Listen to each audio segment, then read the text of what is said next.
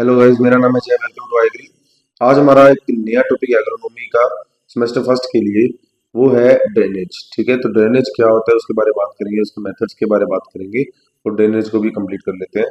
फिर चलेंगे next video की तरफ। एग्रीकल्चर ड्रेनेज, कृषि जल निकास। निकास क्यों जरूरी है? निकास होता क्या है? ऐसे कह दो कि फील्ड के ऊपर जब ज्यादा अमाउंट में पानी आ जाता है, जब आपके खेत के अंदर ज्यादा अमाउंट में पानी आता है, जल भराव की स्थिति हो जाती है, वाटर लॉगिंग कंडीशन जिसे बोलते हैं, वो हो जाती है, तो उस एक्सेस वाटर को निकालना ही ड्रेनेज कहलाता है, निकासी कहलाता है। ठीक है जी। तो agriculture drainage is the removal of excess water from soil surface और root zone to create favourable condition for crop growth.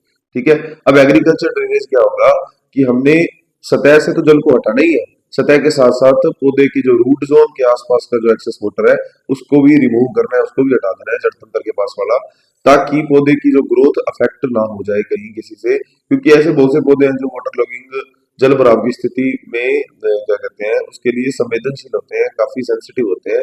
ठीक है। तो उनकी प्रोडक्टिविटी पे कहीं प्रभाव ना पड़ जाए, तो हम क्या करते हैं, रूट जोन के पास से वाटर को रिमूव करते हैं, वहां की सतह से, खेत की सतह से पानी को रिमूव करते हैं, उसे हम एग्रीकल्चर ड्रेनेज कह देते हैं। ठीक है जी। तो हिंदी में पढ़ देता हूँ। मिट्टी की सतह या जड़ क्षेत्र से अतिरिक्त जल को निकालना ही कृषि जल निकासी कहलाता है। चलिए जी। नीड फॉर एग्रीकल्चर ड्रेनेज, क्यों जरूरी है ये? अधिक वर्षा, excess rainfall, need of agriculture drainage. हाँ, एक्सेस रेनफॉल की वजह से क्या हो जाता है, ज्यादा से ज्यादा रेनफॉल होगा, अगर ज्यादा से ज्यादा वर्षा होगी तो हमें वहां पे ड्रेनेज की सुविधाएं देना बहुत जरूरी हो जाता है, निकासी की सुविधाएं देना बहुत जरूरी हो जाता है। ओवर इरिगेशन, अधिक इरिगेशन हो जाए, ओवर इरिगेशन हो जाए, अधिक सिंचाई हो जाए तो क्या होगा, फिर भी आपको ड्रेनेज की सुविधाएं होनी चाहिए। ठीक है। हाई वाटर टेबल, उच्च भूजल स्तर है।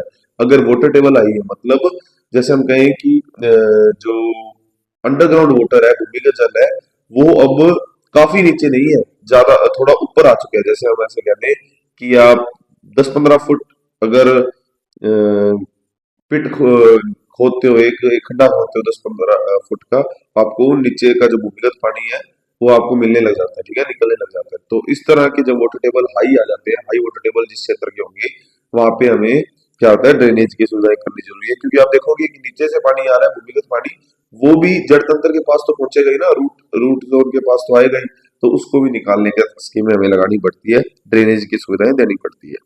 पुअर सोइल परमेबिलिटी, कम जल प्रवेश क्षमता। ठीक है। और excess water causes water logging, ये तो मैंने लिखा ही था। ठीक है। और पुअर सोइल परमेबिलिटी से मतलब उसका क्या है कि अगर मान लो कि सोइल में सैंडी सोइल की जैसे मैं बात करता हूँ, वो ज्यादा है, तो क्या होता है, परमेबिलिटी सैंडी सोइल की अच्छी है, पारगम्यता अच्छी है, तो वो जल नीचे रिस जाएगा।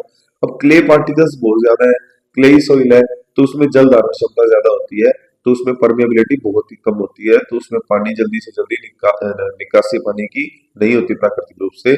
तो फिर उसके लिए हमें ड्रेनेज की सुविधाएं करनी पड़ती है, क्योंकि वो ज्यादा से ज्यादा नमी को क्या करता है, स्टोर करता है, और एक्सेस वाटर को स्टोर करेगा तो भी एक घातक परिणाम आपको देखने को मिलेंगे, ऐसे कह सकते हैं। ठीक है जी। अब करते हैं ऑब्जेक्टिव ऑफ ड्रेनेज। ड्रेनेज के ऑब्जेक्टिव क्या है, उद्देश्य क्या है? अतिरिक्त जल हटाना, मतलब एक्सेस वाटर को, जो यहाँ पे हमारी आवश्यकताएं थी वो यहाँ पे क्या हो जाएगा, ऑब्जेक्टिव बन जाएंगी। Remove excess water, improve soil aeration, जल का एरिएशन, क्योंकि होगा क्या, जल ज्यादा आ जाएगा, वाटर ज्यादा हो जाएगा, एक्सेस हो जाएगा, तो मैक्रो और माइक्रो, ये दोनों पोर भर जाएंगे, ये दोनों पोर भर जाएंगे, तो एरिएशन नहीं हो पाएगा, हवा का, वायु का संचार नहीं हो पाएगा। तो इसके लिए हमें क्या करना है, एक्सेस वाटर हटाना है, ताकि एरिएशन अच्छे से हो पाए। प्रिवेंट सैलिनिटी एंड सोडिसिटी, अभी पिछली क्लास में हमने इसको पढ़ा कि वाटर की क्वालिटी अच्छी नहीं होती, तो अगर फिर एक्सेस ऑफ वाटर हो जाए तो हमें साल्ट के जो साल्ट पार्टिकल्स है, वो सैलिनिटी है, जो सैलिनाइजेशन हो जाता है और पार्टिकल्स ऊपर आ जाते हैं। ठीक है, तो ये वाटर लॉगिंग जो जल जमाव की स्थिति है उसमें देखने को मिलता है, तो वो हमें नहीं होने देना, ड्रेनेज कर देना है। Ensure healthy root growth, healthy root growth भी तभी होगी अगर जल जमाव होगा, तो O2 जो है वो पौधों को रूट तक मिलना बंद हो जाएगी, O2 की प्रेजेंस बंद हो जाएगी, तो उनकी जो वृद्धि है वो अफेक्ट होगी। ठीक है जी, ऐसे कह सकते हैं। तो बेनिफिट ऑफ एग्रीकल्चर ड्रेनेज, उससे पहले मैं आपको कुछ एग्जांपल बता दूं। वाटर लॉगिंग स्थिति की हम जो बात कर रहे हैं, जल भराव स्थिति की, इसके लिए रेजिस्टेंस क्रॉप कौन सी है? आपकी राइस। क्योंकि आपको पता है राइस तो पानी के अंदर डूबा ही रहता है, एक सेमी एक्वाटिक प्लांट यही है। ठीक है। राइस, ये रेजिस्टेंस है वाटर लॉगिंग के लिए। बाकी टोबैको वगैरह सेंसिटिव है काफी, टोबैको सेंसिटिव है, पल्स ग्रुप सेंसिटिव है, चिल्ली चिल्ली मिर्ची है जो आपकी वो भी सेंसिटिव है, ठीक है। टोबैको में तो आपको कह सकते हैं कि विल्टिंग भी देखने को मिलती है, विल्टिंग या जिसे हम फ्लोपिंग ऑफ टोबैको कहते हैं वो भी देखने को मिलता है। ये इसलिए होता है कि अ, अधिक समय तक नमी बनी हुई है, जैसे फील्ड में, टोबैको के फील्ड में अधिक समय तक नमी बनी हुई है और उसके बाद अचानक आफ्टर मतलब उसके नमी बनने के बाद अचानक ही उसके अंदर सनशाइन देखने को मिले, धूप देखने को मिले, तो उससे आपको देखते हो कि जो टोबैको है उसके अंदर विल्टिंग हो जाती है, ठीक है। ये रीजन रहते हैं। बेनिफिट ऑफ एग्रीकल्चर ड्रेनेज, अब जो ड्रेनेज करेंगे उसका बेनिफिट क्या है भाई? बेनिफिट ये है इम्प्रूव सॉइल इरिगेशन, जो यहाँ पे हमारे उद्देश्य थे वो हम इधर पूरा कर लेंगे, वो हमारा क्या हो जाएगा, बेनिफिट हो जाएगा। सॉइल इरिगेशन बढ़ जाता है, जड़ में श्वसन जैसे मैंने बताया ऑटो मिलने लग जाती है, इंक्रीज न्यूट्रिएंट अवेलेबिलिटी, पोषक तत्वों की उपलब्धता भी बढ़ती है, बिल्कुल सही बात है। क्योंकि जब वाटर लॉगिंग कंडीशन हो जाती है तो ऐसे कह दो कि फॉस्फोरस की अवेलेबिलिटी बढ़ जाती है, लेकिन उसके साथ कॉपर और जिंक की अवेलेबिलिटी घट जाती है वाटर लॉगिंग स्थिति में। और कह सकते हैं कि ग्रीन हाउस गैसेज है, जो ग्रीन हाउस गैसेज है उसकी भी मात्रा बढ़ जाती है, जैसे CO2 ज्यादा हो जाता है, मेथेन ज्यादा हो जाता है, ठीक है। और मेरे को याद आ रहा है N2, जो मेन ये तो रही, N2 ज्यादा हो जाता है, ठीक है। N2 भी आपको काम मिलता है, ये डीनाइट्रिफिकेशन से निकलता है ये, ठीक है, डीनाइट्रिफिकेशन की वजह से। तो वो डीनाइट्रिफिकेशन आपको कहाँ देखने को मिलता है? ये आपको धान के पेड़ में देखने को मिलता है, ठीक है जी। और क्या हो सकता है धान के फील्ड में? ऐसे कह सकते हैं कि ज्यादा से ज्यादा अगर हो जाए न्यूट्रिएंट की कमी, या ऐसे कह दें कि हाँ टॉक्सिसिटी हो जाए किसकी, वाटर लॉगिंग की स्थिति में H2S की, अगर H2S गैस की मात्रा बढ़ जाए, टॉक्सिसिटी हो जाए, तो इसमें एक्योची डिजीज देखने को मिलती है। एक्योची डिजीज, एक्योची डिजीज क्या होता है? इसमें धान का जो पौधा है वो न्यूट्रिएंट का अपटेक करना बिल्कुल बंद कर देता है, ठीक है। एक्योची डिजीज बोलते हैं इसे। ये H2S की टॉक्सिसिटी के कारण, विषाक्तता के कारण देखने को मिलती है। इनहेंस माइक्रोबियल एक्टिविटी, सूक्ष्म जीव की क्रिया को हम सुधार सकते हैं अगर आप ड्रेनेज कर दो अच्छे से। प्रिवेंट्स क्रॉप यील्ड लॉस, उपज में हानि को रोकता है। प्रिवेंट्स क्रॉप यील्ड लॉस मतलब जो आपकी हानि होगी उसको रोक देगा, हानि रोक देगा तो मतलब प्रॉफिट बढ़ा देगा। अलाउज टाइमली फील्ड ऑपरेशन, समय पर कृषि कार्य करने के लिए आपको बाध्य नहीं करता, ये कहता है करो ढंग से, कोई दिक्कत नहीं।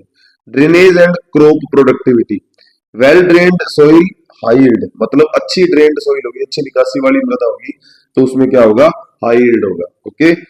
पुअर ड्रेनेज वाली सोइल में क्या होगा, आपको येलोइंग देखने को मिलेगा। येलोइंग मतलब पीलापन, स्टंटेड ग्रोथ, रूट रोट, ये क्यों देखने को मिलता है?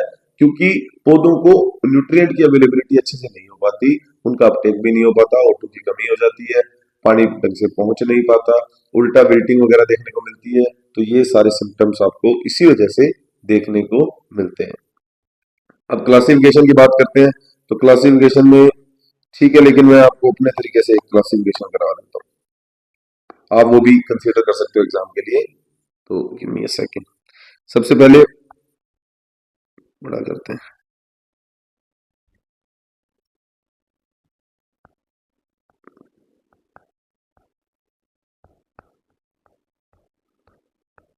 मेथड्स ऑफ ड्रेनेज, ठीक है जी। एक होता है हमारा आर्टिफिशियल और एक होता है नेचुरल। नेचुरल ड्रेनेज में तो आप बस एक एग्जांपल याद रखें, वो है सफेदा, ठीक है। सफेदे का जो पेड़ होता है ये नेचुरल में बोल दो चाहे आप, या आप इसमें बोल दो कि ये बायो बायो ड्रेनेज के लिए यूज किया जाता है। सफेदे का क्या काम है? सफेदा जहां भी लगा होगा वहां से इतना पानी खींचता है, इतना पानी खींचता है और इतना इवेपोट्रांसपायरेशन करता है, ठीक है, जिसकी वजह से क्या होता है वहां पे पानी स्टोर ही नहीं हो पाता, ठीक है, सूखे की स्थिति बना देता है वहां पे। तो ये नेचुरल आपका जो ड्रेनेज सिस्टम है ऐसे समझ लो, वो कौन सा है, सफेदा। जहां आपको जल की निकासी अच्छी रखनी हो वहां पे आसपास आप सफेदा लगा दो, ठीक है। ऐसे समझो कि ये पेड़ है सफेदे का, तो ये नीचे से पानी को सोखेगा, पूरा ऑब्जॉर्व करेगा और यहाँ से क्या कर देगा, वेपो ट्रांसपायरेशन कर देगा फुल, ओके। सफेदे का ये काम है, तो नेचुरल को छोड़ते हैं। अब आर्टिफिशियल की बात करते हैं। आर्टिफिशियल कृत्रिम रूप से जो हमें जल निकासी की सुविधा दे रही है, ठीक है, ये दो तरह से देंगे हम। एक देंगे सरफेस मेथड में और एक देंगे सब सरफेस। तो सरफेस मेथड में आप एक बात याद रखोगे कि ये लैंड शेप पे काम करता है, लैंड शेपिंग।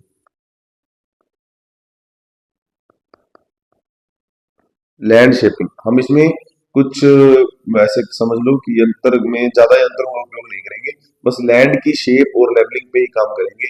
इसमें कुछ ज्यादा नालियां वगैरह ऐसे बहुत ज्यादा कुछ फिट अंडरग्राउंड कुछ फिट नहीं करेंगे, सतह के ऊपर ही हम सिस्टम को तैयार करेंगे, लगाएंगे। कैसे करेंगे वो अभी देख लो।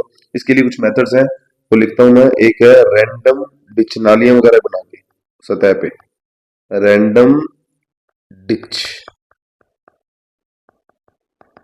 फील्ड मेथड, ठीक है जी, ये एक हो गया। दूसरा है पैरेलल डिच फील्ड मेथड। फिर है आपका बेंडिंग, फिर है आपका बीबीएफ वाला एक मेथड है, बीबीएफ स्लोप मेथड। ये 0.5% स्लोप पे करते हैं, इसमें इतना स्लोप मेंटेन रखा जाता है। और एक है लैंड स्मूथिंग, लैंड को स्मूथ कर दिया। तो रैंडम डिच मतलब आपको लगे कि अभी कहीं कहीं जहां जहां से दिक्कत आ रही है वहां वहां बस आपने रैंडमली क्या कर दिया, कुछ नालियां बना दी। और एक है पैरेलल डिच कि आप दोनों तरफ से आपने ढलान दे के और एक इधर और एक इधर समांतर फील्ड के दोनों तरफ आपने समांतर रूप से नालियां बना दी, रैंडम डिच। बेंडिंग आपने स्लोप दे दिया, नीचे की तरफ से हल्का सा स्लोप देके बेंड कर दिया शेप को। बीबीएफ स्लोप में 0.5% का स्लोप रख के बेंड कर दिया, ये भी बीबीएफ ही है। और लैंड स्मूथिंग, लैंड को ही स्मूथ कर दिया आपने, या ऐसे कह दो कि सतह को उसका इतना परमिएबल बना दिया कि वो उसमें से पानी का निकासन हो रहा है अच्छे से। ठीक है, तो ये कुछ आर्टिफिशियल में सरफेस मेथड थे। अब सब सरफेस मेथड की बात करते हैं।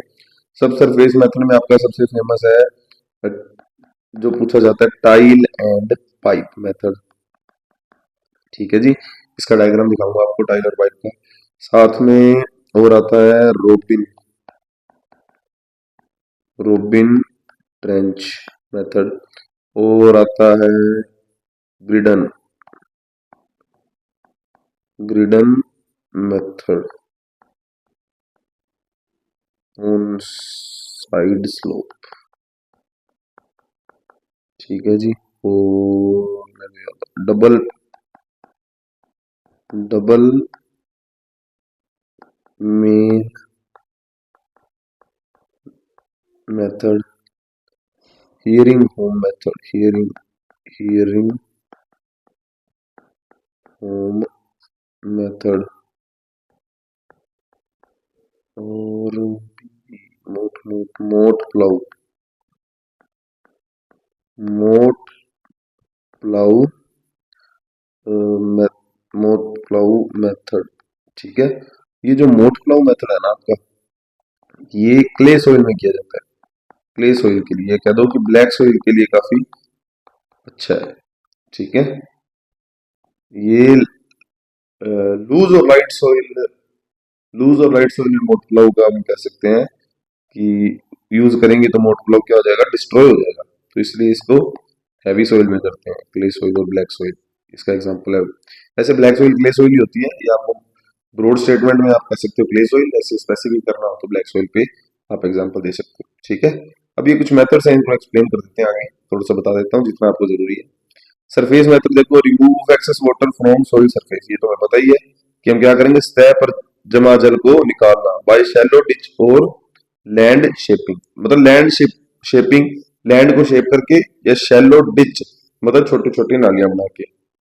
अब चाहे आप देखो ओपन ड्रेन खुली नालियां, फील्ड डिच खेत की नालियां, लैंड ग्रेडिंग भूमि ढाल बनाना, और ब्रॉड बेड एंड फरो, ये जो बीबीएफ लिखा था ब्रॉड बेड एंड फरो, वो आपका फरो वाला मेथड। ठीक है, उस तरीके से suitable for heavy rainfall areas, जहां रेनफॉल बहुत ज्यादा है, लॉस ऑफ कल्टिवेबल लैंड, ये भी कह सकते हैं कि लॉस ऑफ कल्टीवेबल लैंड मतलब जब पानी ऐसे सतह से रिस रिस के आएगा तो अपने साथ ऊपर की जो मिट्टी है वो भी लेके चलेगा, जिसे मृदा कटाव वगैरह भी, सोइल एरोजन वगैरह भी देखने को मिलता है।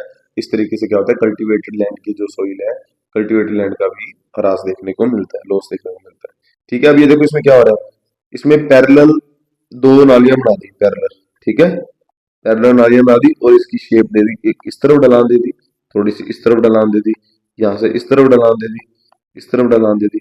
अगर इधर फील्ड होता तो यहाँ भी एक नाली बना देते और इस तरफ भी ढलान दे देते। ठीक है, इस तरीके से। ठीक है, ये नालियां बनाते हैं। अब चाहे रैंडम बना दे चाहे पैरेलल बना दे, इस तरीके से वो लिखा हुआ है। फिर ये भी देखने को मिलता है आपको सिंगल। ठीक है, सिंगल, एक सिंगल बना के ढलान दे दी एक सिंगल नाली से। ये भी आप, ये चीजें आपने देखी है सारी, ये वही है सतह के ऊपर चलने वाला। ठीक है, इसमें कोई बड़ी बात नहीं है। सब सरफेस वाली काफी इंपॉर्टेंट है, उसकी बात कर लेते हैं। सब surface drainage, removal of water from below soil surface using pipe and tiles. भूमि के नीचे से जल निकालना कैसे, पाइप एंड टाइल्स। ये देखो, ये पाइप लगी हुई, टाइल्स लगा देते हैं, पाइप लगा देते हैं। Pipe and tile and pipe एक ही मेथड है, टाइल एंड पाइप। ठीक है, बाकी ऊपर मैंने आपको बता ही दिया। मोल ड्रेनेज, मोल प्लाव का यूज करते हैं। ठीक है, ये रहा। अब आप देखो, ये काफी मेथड्स हैं, जैसे टाइल और पाइप, ये सीपीटी, पाइप आउट चैनल यहाँ से बाहर आ रहा है, फील्ड के अंदर भूमिगत रखा हुआ है, सतह पे नहीं है, देखो भूमिगत है। ठीक है, इस तरीके से अरेंज करते हैं। मिनिमम ऑफ 2 फीट, ये डायग्राम में जैसे आपको दिखा रहे हैं, अपने अकॉर्डिंग जिस हिसाब से वाटर टेबल होती है उस हिसाब से रखा जाता है इसे। ओके, ये देखो मोल चैनल, मोल प्लाव से यूज किया हुआ। सोइल सरफेस है, ये मोल प्लाव से बनाया हुआ मोल चैनल।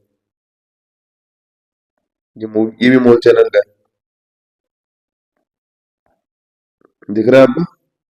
ओके, तो ये क्या करता है, control water table. Water table के लिए अभी मैंने बताया कि ये डिपेंड करता है वाटर टेबल के लिए। भूमिगत जल ऊपर आ जाता है तो उसको नीचे से कैसे कंट्रोल करेंगे। ठीक है, अभी सतह पे तो आएगा नहीं, और सतह पे आ गया, सतह से आगे एक्सेस करना तो ठीक है, वो तो ऊपर से आया है, जैसे वर्षा से आया है तो सतह से रिमूव हो गया। भूमिगत को कैसे करेंगे, भूमिगत को भूमिगत मेथड से ही आपको करना पड़ेगा कंट्रोल। तो उसके लिए ये कुछ मेथड्स बने हैं। अब इनको और डिटेल में आप पढ़ना, खुद बुक से पढ़ना। अभी इतना टाइम नहीं है तो मैं ज्यादा तो डिटेल में नहीं जा पाऊंगा। ठीक है, अब ये वर्टिकल ड्रेनेज का मेथड है, ये वाला, ये वर्टिकल ड्रेनेज का मेथड है, डायग्राम है। वर्टिकल ड्रेनेज क्या होती है, lowering water table by pumping ground water through wells. ठीक है, कुओं और ट्यूबवेल से भूजल पंप करना। तो ये कुओं और ट्यूबवेल से कर रहे हैं भूजल पंप, इसीलिए तो ये मशीन का यूज किया। ठीक है, ये खींचेगी। इसके अंदर क्या होता है, ये जो ये दिखा रहा है, ये कह रहा है कि ये चैनल है, ये कौन है, ये फिल्टर जैकेट है, फिर ये सोइल वाटर एम्पल्शन है, एक्सपल्शन है। ठीक है, ये आपके काम का नहीं है इतना, बस इतना ही बहुत है, ये पढ़ लो आप। Effective in saline areas, dual benefit, irrigation plus drainage. Irrigation के लिए आपने ट्यूबवेल भी बन गया आपका। ठीक है, और ड्रेनेज भी हो गया, तो मतलब जो एक्सेस वाटर था वो हमने कहाँ तब्दील कर दिया, उसको कुएं के अंदर पंपिंग करके डाल दिया। Require energy and good aquifer, हाँ एक अच्छा वाटर टेबल का स्रोत, और साथ में क्या होगा, एक अच्छा वाटर टेबल का स्रोत भी होना चाहिए। एक्वीफर स्रोत होता है जैसे वाटर टेबल जहाँ पे पानी भरा होता है, और एनर्जी की भी आवश्यकता है, मशीन वगैरह चलाने में ऊर्जा भी लगेगी। ठीक है, और फिर ट्यूबवेल से निकालने में भी पानी, इरिगेशन के लिए भी ऊर्जा की आवश्यकता होगी, वो चीज बता रहे हैं। ठीक है, तो बायो ड्रेनेज के बारे में मैंने आपको बता ही दिया। Deep rooted high water using plants का यूज करते हैं। ये रहा आपका सफेदा, इक्विलिप्टस, पॉपुलर एंड बैम्बू वगैरह भी कुछ एग्जांपल्स हैं, लेकिन मेन आपके लिए यही है। ठीक है, काम चल जाएगा। इको फ्रेंडली है और स्लो प्रोसेस है। स्लो प्रोसेस ही है मशीनों की तरह, ऐसे पाइप लगा के और मोटर चला के एकदम से पानी थ्रू तो बात तो नहीं फेंक सकते।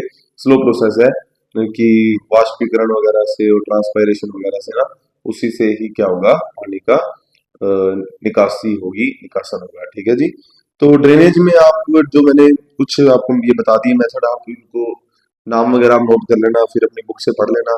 ठीक है, क्योंकि ये इस पे क्वेश्चन आना लाजमी है, आ भी सकता है, काफी इंपॉर्टेंट टॉपिक है आपका। ठीक है, ज्यादा डायग्राम आप उसमें नहीं बना सकते, आप ऐसे डायग्राम उसके अंदर बना सकते हो। डायग्राम बनाने बहुत जरूरी होते हैं एग्जाम में, आप वो देख लेना। ठीक है, इस तरीके के डायग्राम भी बना सकते हो। वर्टिकल वर्टिकल ड्रेनेज क्या होता है, ऐसी बातें लिखोगे ना वर्टिकल ड्रेनेज वगैरह, तो नंबर आपको अच्छे मिलते हैं। ठीक है। और मोल मोल भी अच्छा है, मोल ड्रेनेज भी अच्छा है। ये जो डायग्राम जितने मैंने यहाँ पे लिखे हैं वो तो होंगी, और ये भी आप कंसीडर कर लेना, जिसमें ये टाइल एंड पाइप, मोट, डबल, मेन मेथड तो नहीं, बस ये जो है ना कुछ main, random ditch parallel, bending BBF, तो ये जो चीजें है ना, इनके अगर डायग्राम जिनके मिल जाए आपको पॉसिबली कर लेना। और वैसे ये जो मैंने निशान लगाया अभी ये बताया, ये ऑब्जेक्टिव टाइप क्वेश्चंस में भी आपको देखने को मिलेगा। ठीक है। तो ड्रेनेज में बस इतना है, इतना ही करवाऊंगा। और आज के लिए बस इतना ही। नेक्स्ट वीडियो के लिए हमें सब्सक्राइब कर लीजिए। हम लोग क्वालिटी में बिलीव रखते हैं। नेक्स्ट वीडियो मिलते हैं। Thanks for watching. Bye bye guys.